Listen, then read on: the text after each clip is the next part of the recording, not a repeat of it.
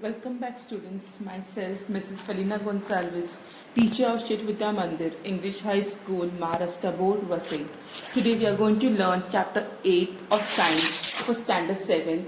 The topic is static electricity. Static electricity is an imbalance of electric charges within or on the surface of a material. Electric charge that are accumulated on an object. Static electricity is often created when two objects that are not good conductor of electrical are rubbed together and electrons from one of the object rub off onto the other. For example, did you ever try a plastic comb rubbed on dry hair attract piece of paper? Or if we pass near polyester curtain again and again, it gets attracted towards us. Or if we rub a blanket with our hands and take it near a metal object, a spark is seen in the dark.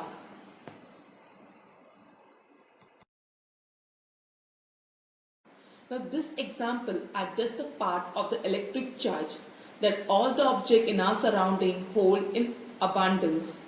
Electric charge stored even in our own bodies. All the substances are made of very tiny particles. Electric charge is an instant property of these particles. Though in this way electric charge is abundantly present, it is always in a hidden state. This is because two opposite types of charges are present in equal number in all the substance. When a positive charge and negative charge on an object are balanced, the object is neutral. That is, there is no net charge on the object. If this charge are not balanced, the object is said to be charged.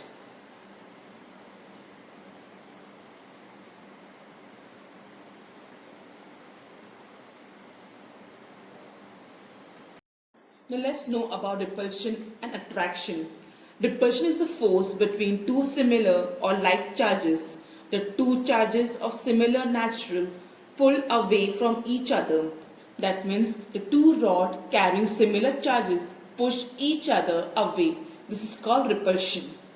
Whereas attraction is the force between two dissimilar or unlike charges. That means two rods carrying opposite type of charges get pulled towards each other. This is called attraction. For example, magnet had two poles, north pole and south pole. If north pole is brought towards south pole, it gets attracted. Whereas if north pole is brought towards north pole, it gets repulsed. Let's do some activity. Rub one end of a glass rod against a silk cloth. Due to rubbing, a small charge will get transferred from one object to another. As a result, both the object will become somewhat charged. Suspend this rod freely in air with the help of a thread. Now charge another glass rod in the same manner and bring it near the suspended rod. What will you observe? The two rods push each other away. Now take a plastic rod. Rub one of its end against a woolen cloth. Bring that end near the suspended glass rod. Now see what happens. The two rods are pulled towards each other.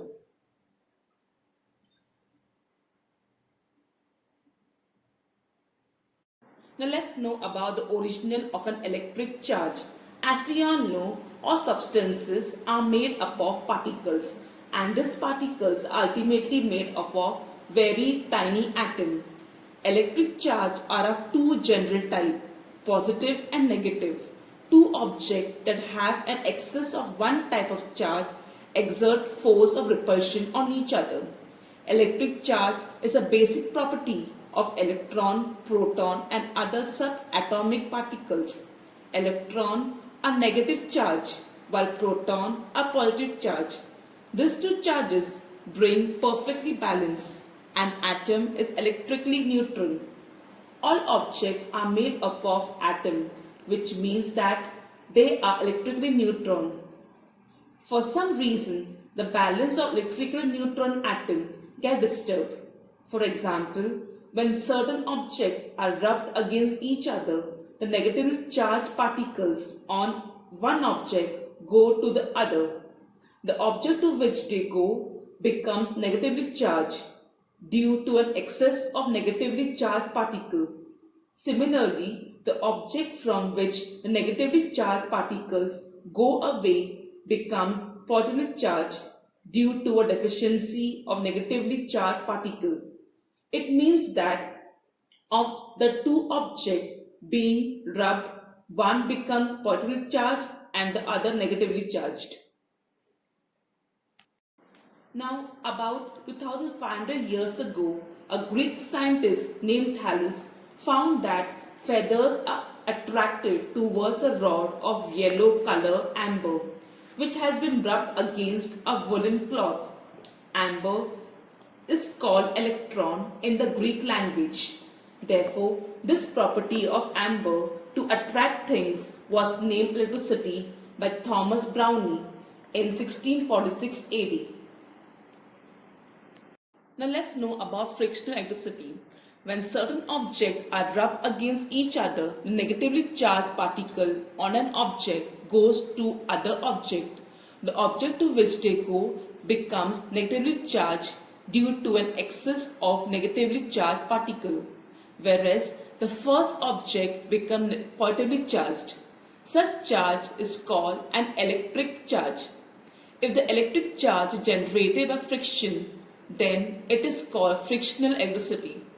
The electric charge generated by friction is produced only at the place of friction.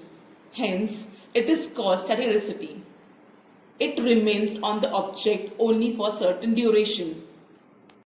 Now let's try some activity. For this require a few straw, woolen cloth and a glass bottle. Place a straw on a bottle. Take another straw near it. Observe what happens. Now leave the straw on the bottle as it is. Rub the other straw against the woolen cloth and take it near the straw on the bottle. Now observe what happens. Now take two straw and rub them against woolen cloth at the same time. Keep one of the straw on the bottle and take the other near it. See what happens. Keep the rubbed straw on the bottle as it is. Take the woolen cloth on which it was rubbed close to it. From the first experiment, that is, a charged straw is taken near the uncharged straw, there is attraction. In the second, when two straw carrying similar charges are brought near each other, there is repulsion. Whereas, when a charged straw and the positively charged cloth which was used for rubbing are brought near each other, there is attraction. From the above experiment, we can observe that electrically charged object attract uncharged object. There is repulsion between electric charges. There is attraction between unlike electric charges. Hence, repulsion is used as a test for identifying an electrically charged object. Now let's know about inverse electric charges. Let's do some activity. For this, rub a comb or a balloon on your hair as shown in the picture. Take the comb near a thin trickle of water from a tap. Observe what happens. At first, the flow of water is not charged. When a negatively charged comb comes near the flowing water, the negative particles in it nearest the comb are pushed away. That part becomes positively charged due to a deficiency of negative charge. The comb has negative and the water has positive charge. Due to the attraction between these two charges, the flowing water is attracted towards the comb. When the comb is taken away, negative particles in the flowing water come back to the original position and positive and negative charges become equal in number. As a result, the water becomes uncharged again and stops getting attracted towards the comb as it is taken away from it. And let's know about the gold leaf electroscope. This is a simple device to discharge the electric charge on an object. It consists of a copper rod which has a metal dish at the upper end and two thin gold leaves at the other end. The rod is placed in a bottle so that the dish is above the bottle. When an uncharged object is taken near the dish, the leaves remain closed.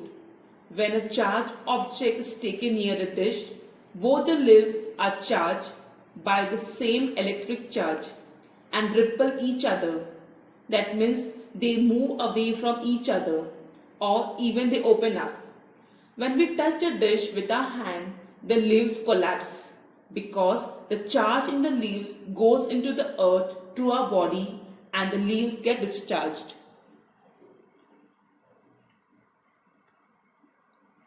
Now let's learn about atmospheric electric charge.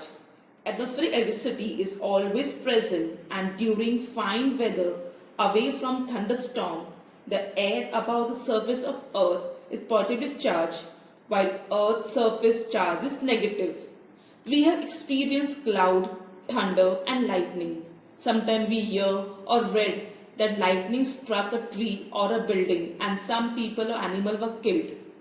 When air and cloud rub against each other in the sky, the upper part of some cloud on the upper side become positive charge and the lower side become negative charge. There is a science behind lightning and lightning strike.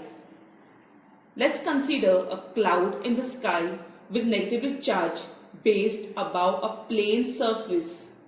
When this negative charge on the bottom of the cloud becomes much larger than the charge on the ground, it starts flowing towards the ground in stages. This happens very fast, in much less than a second, and heat, light and sound energy are produced along with the electric current. A lightning strike. When there are electrically charged clouds in the sky, electricity is attracted towards a tall building or tree. When lightning strikes, an opposite electric charge is generated on the roof of a building or on the top of a tree by induction. Due to the attraction between the opposite charges on the cloud and the building, the charge on the cloud flows toward the building. This is called lightning strike. Now there is advantage of lightning. Due to the tremendous heat and light generated by lightning, a chemical reaction occurs between nitrogen and oxygen in the air, and nitrogen oxide gas is formed. It mixes with the rainwater. It comes down to the earth and supplies nitrogen to the soil by improving its fertility. Due to the energy of the lightning, the oxygen in the air is converted into ozone. This ozone gas protects us from the harmful ultraviolet rays coming from the sun.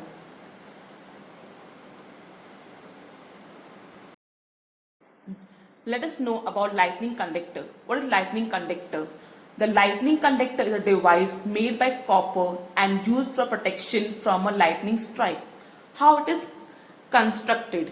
It consists of a long copper strip with one end fork. This end is at the highest part of the building. The other end of the strip is connected to a plate of a charged iron. A pit is dug in the ground. Coal and salt are fixed into the pit, and the iron plate is placed upright in the pit. There is also provision for pouring water into it. This helps to spread the electric charge quickly into the ground and prevent the damage. Now how it works? Whenever an electrically charged cloud passes over the building, the electric charge flowing towards the building are connected into the ground through the copper strip, and damage to the building is prevented. When such a lightning conductor earthing is fixed on a tall building, the surrounding area is also protected from lightning. Copy down the following assignment.